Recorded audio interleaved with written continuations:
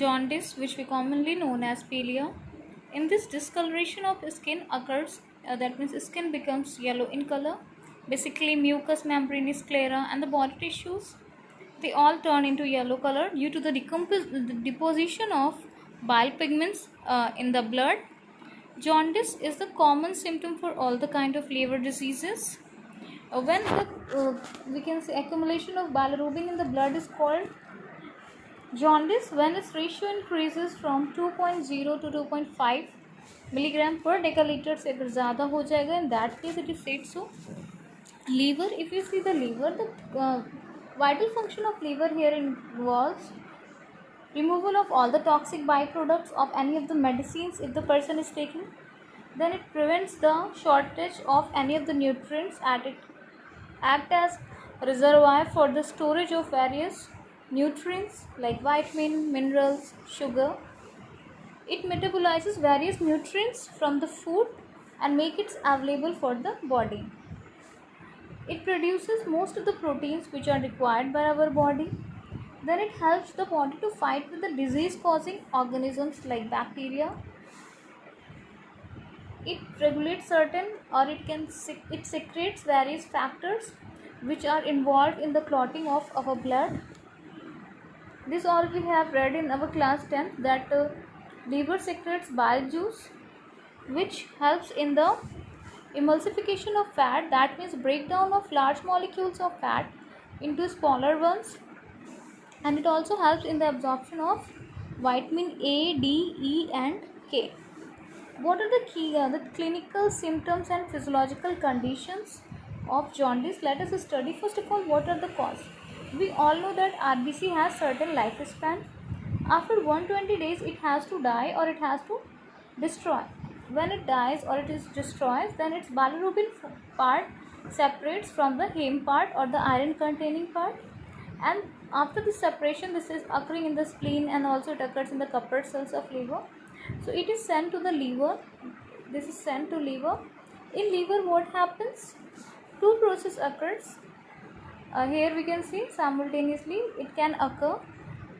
Liver processes the bilirubin pigment and it is used in formation of that bile juice also, as well as its major portion is secreted out of the body through urine, which we see yellow colored structure, that is due to the presence of bile pigments only. There is bilirubin pigment only, bilirubin and biliverdin that is called.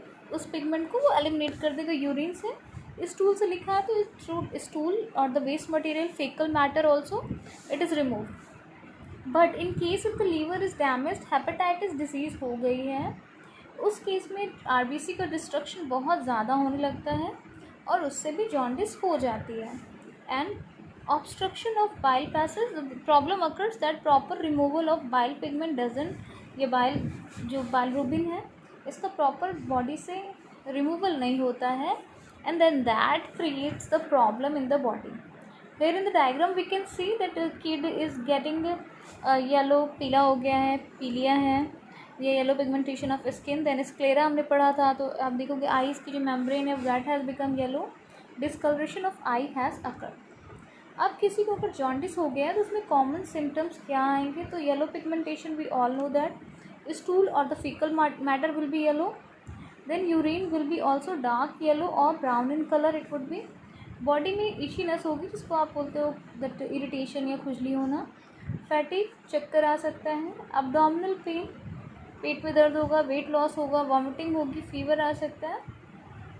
And pale stool, जो फिर से यहाँ पे पेल stool आप देखोगे point repeated है, तो pale stool is just mention there.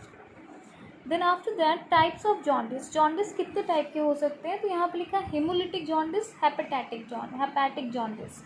अब इसके नाम से ही क्लियर हो जाएगा. हीमो मतलब क्या हो जाएगा? आयरन. रेटिक मतलब टूटना. अब इसमें आरबीसी टूट रहा होगा, उससे हो रहा होगा जॉन्डिस, तो it would be written here. It is also known as pre hepatic jaundice.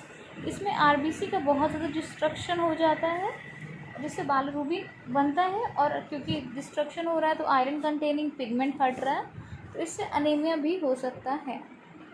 और जो प्लाज्मा है उसमें बालरूबिन में बहुत ज़्यादा एक्यूमुलेट हो जाता है, फिर ये आपकी बॉडी से बाहर जाएगा थ्रू यूरिन.